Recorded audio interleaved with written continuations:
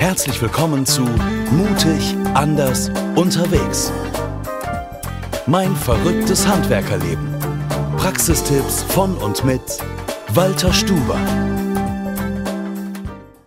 Hey liebe Freunde, Gedankenmuster. Welches Gedankenmuster habt ihr von zu Hause mitbekommen? Ich habe ein Gedankenmuster, was ich von meiner Mutter regelmäßig gesagt bekommen habe. Wenn dir jemand ein gutes Geschäft anbietet, dann kann das nichts Gescheites sein, weil das gute Geschäft würde er selber machen. Also, das hat mich mein Leben lang behindert. Wenn mir ein gutes Geschäft angeboten worden ist, dann habe ich immer im Kopf gesagt, hey, warum macht er das gute Geschäft nicht selber? Vor kurzem bin ich erst drauf gekommen, Mensch, wenn der mir ein gutes Geschäft anbietet, ist es vielleicht ein guter Freund und er meint es gut mit mir. Und wenn ich gut verdiene, verdient er noch viel mehr. Kennt ihr auch solche Gedankenmuster? Oder das andere, dir wird ja dein Leben lang gesagt, du bringst es zu nichts. Du wirst dein Leben lang scheitern. Du hast in der Schule schon nichts gekonnt und du probierst gar nichts mal aus, andere Wege zu gehen. So geht mir das teilweise auch.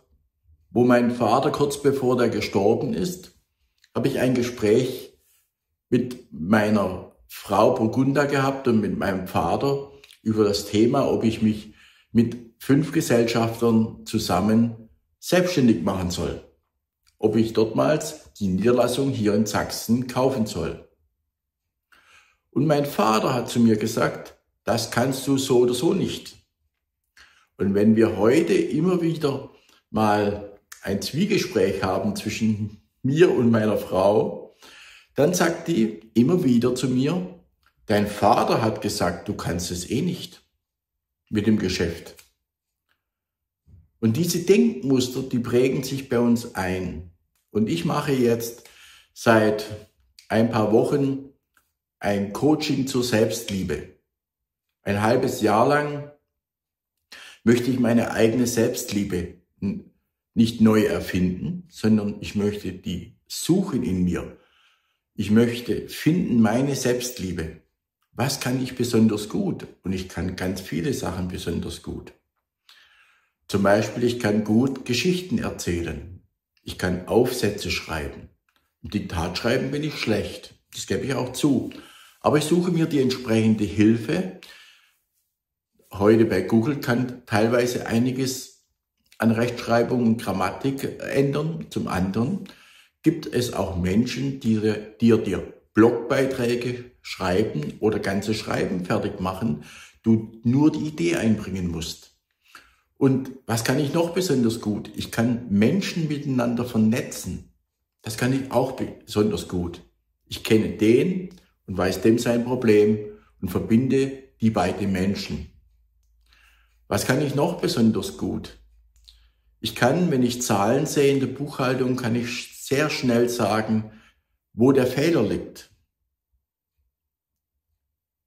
Ich kann Zahlen schnell erfassen und immer genau mit 3, 4 Zahlen genau sagen, wo der Pfeffer wächst. Was kann ich noch besonders gut? Ich habe mir mal 30, 40 Sachen aufgeschrieben und ihr glaubt gar nicht, wie viel das ist, was ich besonders gut kann.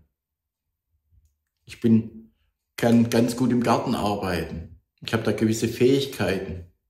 Ich kann ganz gut basteln, handwerken. Das mache ich auch ganz gern, handwerken. Ich bin liebenswert. Ich bin ein Kuschelbär. Und schaut mal und schreibt euch einfach mal so auf ein Blatt Papier, was ihr wirklich gut könnt. Und dann macht ihr ein zweites Papier fertig und schreibt mal daneben, für was ihr alles dankbar seid.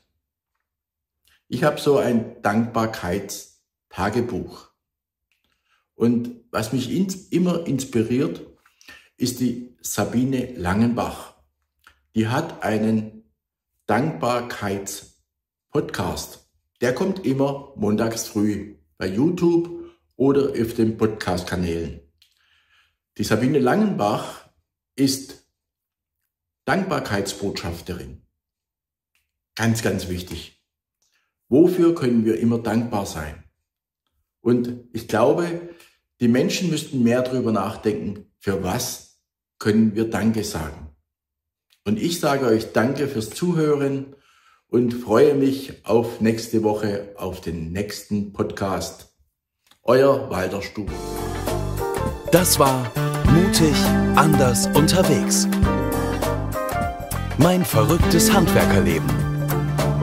Praxistipps von und mit Walter Stuber. Mehr über den Gerüstbauer und sein Unternehmen erfahren Sie auf www.walter-stuber.de.